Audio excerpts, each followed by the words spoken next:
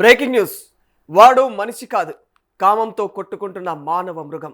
ఒకరు కాదు, ఇద్దరు కాదు, ఏకంగా 180 మందిని చెరబెట్టిన కామ పిశాచి. చెంత చేరిన అమ్మాయిలకు వలవేసి చెరబెట్టి వదిలేయడం వాడి క్యారెక్టర్. ఏది చేసినా సరే కర్మ ఎవ్వడిని వదిలిపెట్టదు అంటూ ఉంటారు కదా. అయితే అలాగే జరిగింది మరి అతని జీవితంలో కూడా. కట్ చేస్తే అప్పుడు జైలు ఊచలు లెక్క పెడుతూ ఉన్నాడు. ఇక మైనర్ అమ్మాయిలను లైంగికంగా వేధిస్తున్నటువంటి మహారాష్ట్ర వ్యక్తిని పోలీసులు అరెస్టు చేసి ఇక జైలుకు తరలించారు. నిందితుడిని మహమ్మద్ అయాజ్గా గుర్తించారు. అతన్ని తన్వీర్ అని కూడా పిలుస్తూ ఉంటారట. అయితే అమరావతి జిల్లాలోని ఇక పరట్వాడ సిటీ అతని యొక్క స్వస్థలం. అయితే సుమారుగా 180 మంది మైనర్ అమ్మాయిలను అతను లైంగికంగా వేధించినట్టు తెలుస్తోంది.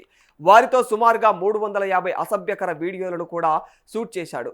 అయితే స్థానిక బీజేపీ ఎంపీ ఇచ్చినటువంటి ఫిర్యాదు ఆధారంగా ఆ నిందితుడిని అరెస్టు చేశారు. ప్రేమ పేరుతో అతను అమ్మాయిలను ట్రాప్ చేసినట్లుగా కూడా తెలుస్తా ఉంది. ఆ తర్వాత వారిని ముంబై, పూణేలకు తీసుకువెళ్లేవాడట. అక్కడ అసభ్యకరమైనటువంటి వీడియోలను అతను షూట్ చేసేవాడట. అయితే ఆ వీడియోలతో అతను అమ్మాయిలను బ్లాక్మెయిల్ చేసేవాడని తెలుస్తోంది. మరి వారిని వ్యభిచారంలోకి కూడా దించేవాడట. కొన్ని వీడియోలనైతే ఆన్లైన్లలో కూడా షేర్ చేసినట్లు తెలుస్తోంది. వాట్సాప్, స్నాప్చాట్ గ్రూపుల ద్వారా మైనర్లను అతను టార్గెట్ చేసినట్లుగా అయితే రాజ్యసభ ఎంపీ అనిల్ బోండే ఇచ్చినటువంటి ఫిర్యాదులో ఉన్నది. మరి ఏదైతే ఎస్పీ విశాల్ ఆనంద్కు ఎంపీ అయితే ఇక ఫిర్యాదును అందజేసినట్టుగా కూడా తెలుస్తుంది. ఈ ఘటనపైన దర్యాప్తు చేపట్టేందుకు ఇక ప్రత్యేకమైనటువంటి బృందాలను కూడా ఏర్పాటు చేయాలని చెప్పేసి, లేదంటే ఎస్పీ ఆఫీసు ముందు కూడా ధర్నా చేపట్టనున్నట్లుగా అయితే ఆయన ఎంపీ వార్నింగ్ కూడా ఇచ్చారు. మరి నిందితుడిపైన చర్యలు తీసుకోవాలని చెప్పేసి కొందరు ముస్లిం కమ్యూనిటీ వ్యక్తులు కూడా పోలీస్ స్టేషన్కు అయితే చేరుకున్నారు. మరి గతంలో నిందితుడు అయాజ్ ఎంఐఎం పార్టీ ఆఫీసు ఇంకా బీరర్గా కూడా పనిచేసినట్టు తెలుస్తోంది. అతను తన సోషల్ మీడియాలో ఆ పార్టీకి చెందినటువంటి కొన్ని ఫోటోలు, వీడియోలు కూడా షేర్ చేశారు. ఎంఐఎం అమరావతి అధ్యక్షుడు హజీ ఇర్ఫాన్ ఖాన్ నుంచి అతను ఓ లేఖను కూడా అందుకుంటున్నట్లయితే ఓ ఫోటో కూడా అందులో పోస్ట్ చేయబడి ఉంది. ఇక మరి పార్టీ ర్యాలీలకు చెందినటువంటి రీల్స్ కూడా అతను తన యొక్క సోషల్ మీడియా అకౌంట్లో అయితే పోస్ట్ చేశాడు. అయితే ఈ కేసు నమోదు కాగానే ఆ పార్టీ ఆ వీడియోలను అయితే ప్రస్తుతం డిలీట్ చేసింది. ఇక నిందితుడు అయాజ్ను అరెస్టు చేసినటువంటి పోలీసులు అతన్ని కోర్టులో ప్రవేశపెట్టారు. మరి 7 రోజుల పాటుగా అయితే కస్టడీలోకి తీసుకున్నారు. మరి తన యొక్క మొబైల్ ఫోన్ను సీజ్ చేశారు ఇప్పటికే అధికారులు. దాంట్లో అభ్యంతరకరమైనటువంటి వీడియోలు కూడా ఉన్నట్లు పోలీసులు అయితే గుర్తించారు. అయితే ఆ వీడియోలను అతను తన స్నేహితులతో కానీ లేకపోతే నేరుగా నేరగాళ్ల గ్రూపులకు కానీ ఏమైనా షేర్ చేశాడా లేదా అన్న కోణంలో కూడా ఈ దర్యాప్తును చేస్తూ ఉన్నారు పోలీస్ అధికారులు. మరి ఇదే విధంగా అంటే ఈ మధ్యకాలంలో ఇలాంటి నేరగాళ్ల యొక్క హడావుడి ఎక్కువైపోయింది సోషల్ మీడియా వేదికగా.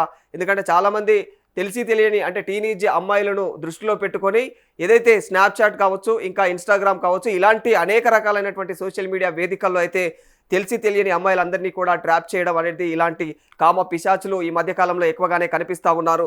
మరి ఖచ్చితంగా తల్లిదండ్రులు కూడా తమ పిల్లలు అసలు మొబైల్ ఫోన్లు పట్టుకొని అంటే ఈ మధ్యకాలంలో ఎడ్యుకేషన్ కోసం అయితే మొబైల్ ఫోన్లను బాగా అలవాటు పరుచుకున్న వైనం కనిపిస్తూ ఉంది. కానీ వీళ్ళు స్టడీస్ కోసం మాత్రమే ఈ మొబైల్ ఫోన్స్ని వినియోగించుకుంటున్నారా, లేకపోతే దాంతో వీళ్ళు ఎలాంటి పనుల్లో నిమగ్నమై ఉన్నారు అనేది ఖచ్చితంగా తల్లిదండ్రులు వాళ్ళ చేతికి మొబైల్ ఇచ్చి అలా కనిపించినట్టుగా అయితే వ్యవహరించకూడదు. ఖచ్చితంగా పిల్లలు ఏం చేస్తున్నారు, ఆ మొబైల్ ఫోన్తో చదువుకుంటున్నారా లేకపోతే ఇతర కార్యకలాపాలు ఏమైనా చేస్తున్నారా అన్న కోణంలో కూడా పేరెంట్స్ కూడా కాస్త దృష్టి పెట్టాల్సిన అవసరం ఎంతైనా ఉంది అనేది కూడా ఓవైపు పోలీసు డిపార్ట్మెంట్ అయితే ఎప్పటికప్పుడు వార్నింగ్ చేస్తూనే ఉంటుంది. అయినప్పటికీ కూడా చాలామంది ఇళ్లలో అయితే అంటే పిల్లల చేతికి మొబైల్ ఇచ్చి పట్టనట్టుగా ఉండడం అయితే ఇలాంటి దారుణాలకే మరి దారి తీస్తుంది.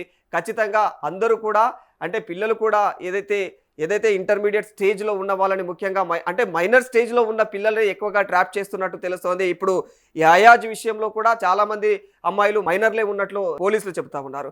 మరి ఇలాంటి తరుణంలో అంటే ఇప్పుడిప్పుడే వాళ్ళు వయసుకు వస్తున్న తరుణంలో ఇలాంటి ఈ కేటుగాళ్లకు ఇలాంటి కామ పిశాచులు చేసే ఈ ట్రాప్కి వీళ్ళు ఖచ్చితంగా లొంగిపోయే అవకాశం ఉంటుంది. వాళ్ళు ఎందుకంటే తెలిసి తెలియని వయసు కాబట్టి 100%గా వాళ్ళందరూ కూడా ఇలాంటి సోషల్ మీడియాకు ఎక్కువగా అట్రాక్ట్ అవుతూ ఉంటారు. ఇలాంటి వ్యక్తులు చేసే ట్రాప్కి అయితే వాళ్ళు గురి అవుతూ ఉంటారు. మరి ఖచ్చితంగా దీని అంతటికీ ప్రధానమైనటువంటి కారణం సోషల్ మీడియానే అని చెప్పుకోవచ్చు. ఇక సోషల్ మీడియాతో పాటుగా కూడా తల్లిదండ్రులు 100%గా దృష్టి సారించాలి. మరి ఇలాంటి వ్యవహారాల్లో సోషల్ మీడియాలో ఎప్పుడు ఏం జరుగుతుంది, ఎవరితో ఎవరు ఏ విధంగా ఇలాంటి దుశ్చర్యలకు పాల్పడుతున్నారు అన్న కోణంలో కూడా ప్రభుత్వాలు కూడా కొన్ని రకాలైనటువంటి కఠిన చర్యలు తీసుకొని పోలీస్ అధికారులు కూడా ఇలాంటి వాటిపైన కాస్త నిఘా వ్యవహారాలను కూడా ముందుకు తీసుకువస్తే ఇంకా బాగుంటుంది అనేది ప్రజల అభిప్రాయం కూడా వ్యక్తం అవుతా ఉంది. మరి చూడాలి అయాజ్ విషయంలో మరి ముందు ముందు ఇంకా ఎలాంటి విషయాలు వెలుగులోకి వస్తాయి అనేది ముందు ముందు వేచి చూడాల్సిందే.